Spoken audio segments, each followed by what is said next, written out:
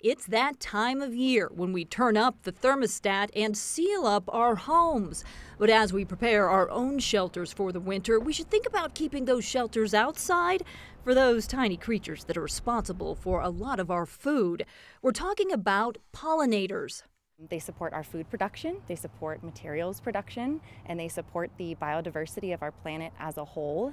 According to the U.S. Department of Agriculture, the value of crop pollination in the U.S. alone has been estimated in the billions of dollars annually. Our pollinators are incredibly important. Ashley White is Community Habitats Manager at Butterfly Pavilion in Westminster. Her mission this fall? To get folks to leave their yards and gardens messy. People tend to think that our pollinators die off or they all head out for the winter, but in fact, majority of them are staying right here with us in our gardens and in our outdoor spaces. The problem, as our climate changes, the habitat for pollinators is also changing and in some cases disappearing. So habitat loss is definitely being affected by climate, by weather changes, by temperature changes. The regimes that our plants are used to seeing historically are now changing.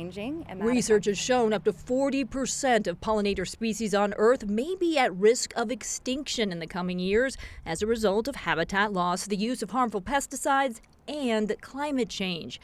And we're not talking just about bees. But there's actually so many other pollinating creatures out there, including beetles, butterflies, moths, flies, actually. So what specifically should we do to help these critical creatures? A lot of people want to kind of sterilize their gardens in winter. They want to cut back everything, they want to clean it all up, but that's kind of the worst thing that we can do for our pollinators. Instead, leave things alone. Leave those stems and leaf litter to give those tiny creatures places to hide and shelter so they can make it to spring.